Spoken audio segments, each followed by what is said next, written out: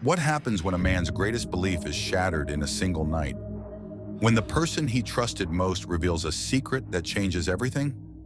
This is the chilling story of a pastor whose wedding night turned into a nightmare, one that ended with a fatal confrontation and a shocking crime.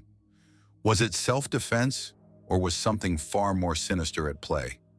Pastor Elias Grayson had spent his entire life building a legacy, one rooted in faith, purity, and discipline. His sermons about righteousness resonated with thousands, solidifying his reputation as a man of unwavering conviction.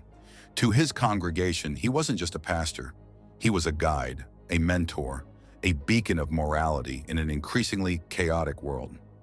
Every Sunday, his voice thundered through the grand halls of New Light Baptist Church, preaching about the sanctity of marriage, the dangers of temptation, and the divine importance of waiting for the right partner.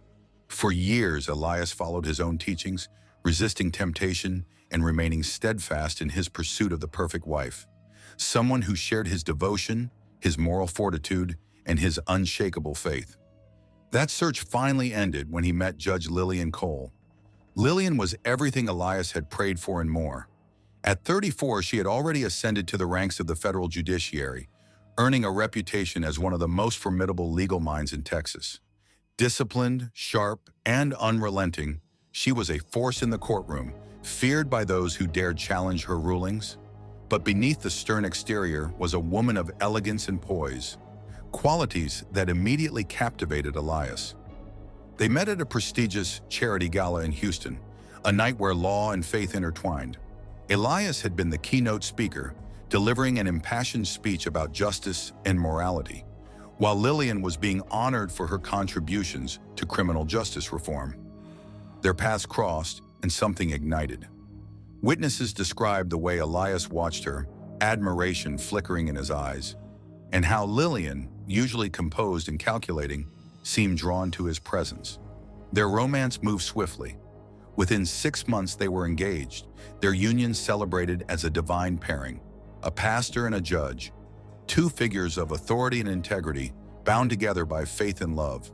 Their wedding, held on February 13, 2023, was nothing short of a spectacle. Church leaders, legal professionals, and high-profile guests filled the grand hall, bearing witness to the vows exchanged between these two pillars of society. But behind the grandeur, behind the smiles and the elegant lace of Lillian's gown, something festered, something no one saw coming. Less than 24 hours later, one of them would be dead. Elias's breath hitched. The walls of the hotel suite seemed to close in, the soft glow of the bedside lamp casting long, creeping shadows across the room. His pulse thundered in his ears as he tried to process the weight of her words. "He's here." The air felt charged, electric with something unseen, something he didn't understand. A cold sweat prickled at the back of his neck. "Who's here?" His voice was barely more than a whisper. Lillian's eyes flickered, dark and unreadable. For the first time, a shadow of something uncertain crossed her face. She turned her head slightly, as if listening for something beyond their room, beyond the world he could perceive. "You wouldn't believe me if I told you." Elias's fingers curled into fists. "Try me." Lillian took a slow step toward him. "Do you believe in ghosts, Elias?" A chill ran through him. The weight of his faith pressed against his ribs, reminding him of every sermon he had ever given about purity, light, and the war against darkness. He had spoken about sin, about temptation, but ghosts? Number that was superstition, folklore. "Lillian, he's been with me for years." Her voice was quieter now, almost reverent. "Since before I met you, since before I changed." Elias swallowed. His throat felt like sandpaper. "Who?" She hesitated. "One of them." Silence. The phrase sent ice through his veins. One of them. Not a name, not a person, but an entity. A presence. His stomach turned. "You need help," he said slowly, cautiously. This isn't real. It's guilt. You're..." The light flickered. Just once. A small, almost imperceptible change in the room. But enough. Elias stiffened. His rational mind screamed at him to explain it away.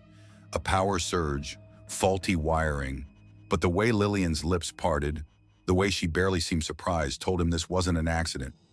She took another step closer. He doesn't like you. A weight settled on Elias's chest, pressing down. It was irrational, but he could feel it. Something unseen watching him, pushing into the space between them. His breath came shorter now, his skin prickling with invisible fingers. "This isn't real," he repeated, as if saying it out loud would make it true. Lillian tilted her head. "Isn't it?" Another flicker. This time the lamp buzzed angrily before going dark. Elias felt his stomach drop into a pit of cold dread. The room was plunged into thick shadows, and for a single agonizing moment, everything was silent. Too silent, as if the air itself had been sucked from the space. Then, a knock. 3 sharp raps against the hotel room door. Elias's blood turned to ice. He turned his head slowly, barely daring to breathe. "Who is that?" he whispered, though he wasn't sure he wanted the answer. Lillian didn't look toward the door. She was still watching him, her expression unreadable. "You already know." The knock came again, harder this time, more insistent. Elias took a step back, his pulse slamming against his ribs. "This is insane," he muttered, shaking his head. "You're messing with me. This is some kind of sick." The door handle rattled. Elias froze. And then from the other side of the door, a voice, low, hollow. Just a whisper, yet it scraped along his spine like rusted metal. "Elias." His breath left him in a strangled exhale. Lillian closed her eyes. "He wants to come in." Elias turned to her, his heart hammering. "Who is he?" Her eyes opened, dark, distant, unreadable. "The man I never told you about." The word sent a bolt of terror through him. Another knock, louder. The room seemed to pulse, the air thick with something Elias couldn't name. The edges of his vision blurred, his body screaming at him to run, to flee, to escape whatever horror lay on the other side of that door. But his feet wouldn't move, because deep down, beneath the layers of denial and faith in rigid morality, a part of him already knew the truth.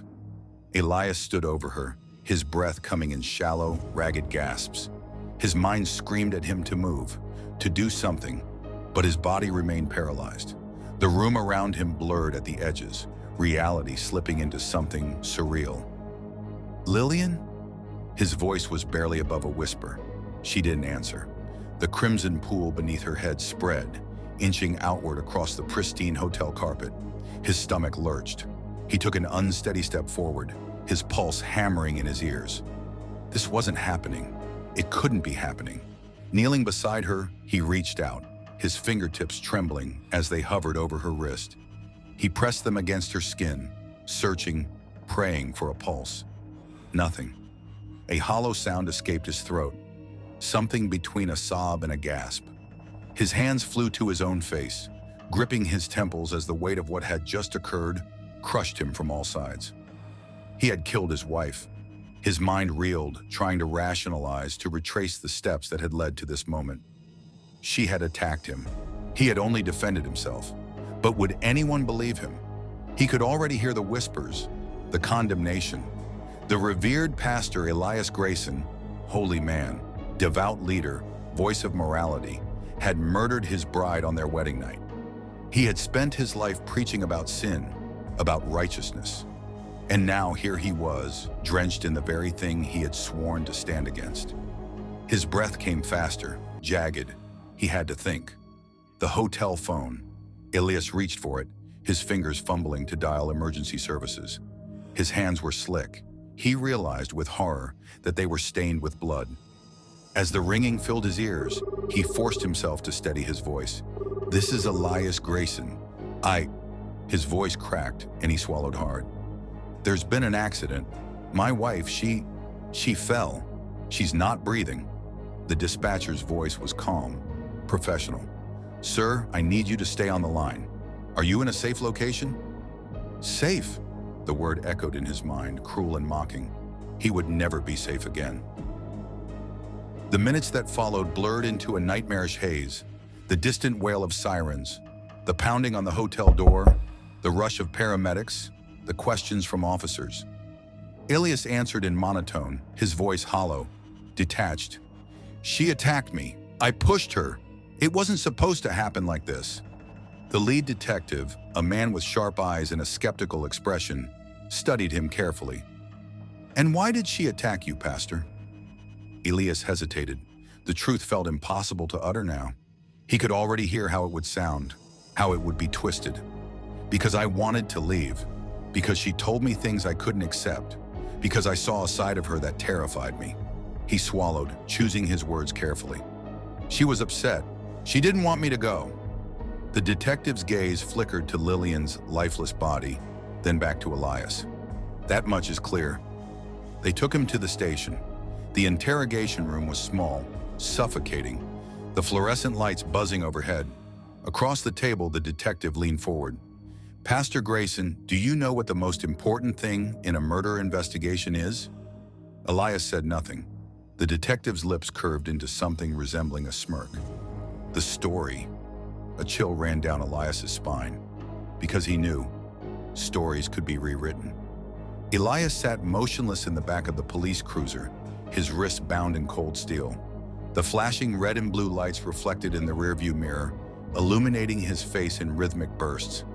Outside, the city buzzed on, indifferent to the tragedy that had just unfolded inside the hotel suite. Inside, his mind was a whirlwind of conflicting emotions: shock, guilt, horror. He kept replaying the moment over and over. The shove, the sickening crack, the way Lillian's body crumpled to the floor. Could he have stopped it? Could he have grabbed her, steadied her before she hit the nightstand? Or had there been a part of him, deep in the recesses of his soul, that had wanted this? He closed his eyes, whispering a silent prayer, but the words felt empty, lost in the abyss of everything he had built his life around. Faith, morality, restraint. And yet here he was, being driven to the very institution that had upheld the law, a law that Lillian had spent her life enforcing. The irony twisted in his gut like a knife. At the station, the officers processed him with mechanical efficiency. They took his fingerprints, his mugshot, stripped him of his wedding ring. The gold band felt like it burned his skin as it was pulled from his finger, as if severing the last tangible connection between him and the woman he had vowed to love. He was placed in an interrogation room, its stark white walls pressing in on him. A single fluorescent light flickered overhead, buzzing softly. The minutes stretched into an eternity before the door creaked open. Detective Mark Calloway stepped inside, a seasoned investigator with tired eyes and a permanent frown. He was a man who had seen the worst of humanity, and yet Elias could tell he was already forming an opinion. Calloway dropped a manila folder onto the table, taking a seat across from him. He folded his hands, leaning in slightly. Pastor Grayson, he said, his tone calm but edged with something sharp. Let's start with the basics. Tell me what happened. Elias exhaled shakily. It was an accident, we argued. She got upset. She hit me. I pushed her. I didn't mean to. His voice cracked, and he swallowed down the rising bile. Calloway watched him closely, fingers tapping idly against the table. You expect me to believe that? Elias's head jerked up. It's the truth. The detective sighed, flipping open the folder. Inside were photographs, Lillian's body, the blood pooling beneath her head, the bruises on Elias's arms. The sight of them made his stomach lurch. You say she attacked you first, Calloway said. Yet she was the one who ended up dead. Explain that to me. Elias clenched his fists. She was angry. She told me things I didn't know about her past. Things that... He trailed off, his voice barely a whisper. They changed everything. Calloway's gaze sharpened. What kind of things? Elias hesitated. How could he put it into words? The confession, the scent, the sheer horror of realizing that the woman he had married wasn't the person he had believed her to be. She lied to me, he finally said, about who she was. The detective leaned back in his chair, considering him. Pastor, let me tell you something I've learned in this job. Everyone has secrets. The question is, what do those secrets drive us to do? Elias didn't answer, because he wasn't sure he wanted to know. The trial began weeks later, and the media storm was relentless. Headlines screamed about the fall of a righteous man. Pundits debated whether Elias Grayson was a victim or a murderer. His congregation, once devoted, was now split. Some clung to their faith in him, while others called for his damnation. The courtroom was packed on the first day. Rows of spectators, journalists, and Lillian's colleagues filled the benches, their eyes fixed on the man at the defense table. The prosecution wasted no time painting Elias as a hypocrite, a man whose moral facade had cracked under the weight of his own darkness. He preached purity, the prosecutor declared, pacing the courtroom. He preached restraint. But when faced with a truth he couldn't handle, he reacted with violence. Elias kept his eyes down, fingers interlocked tightly in his lap. His defense attorney countered with a different narrative. This was a tragic accident, she argued, a moment of fear, a desperate attempt to defend himself. There was no intent to kill. Intent, that was the key. Elias wasn't sure anymore, because deep inside, in the parts of himself he refused to examine, he wondered, had he wanted Lillian to fall? Had he wanted to erase the truth she had forced him to see? The jury would decide. But Elias knew, no matter the verdict, he would never be free. A perfect marriage built on faith and deception had ended in tragedy, and the world was left wondering, was Elias truly a victim of deception, or was he the monster he had always preached against? If you found this video gripping, please give it a thumbs up, subscribe, and hit the notification bell so you never miss a true crime breakdown. Your support helps us bring more shocking stories and in-depth analyses to light.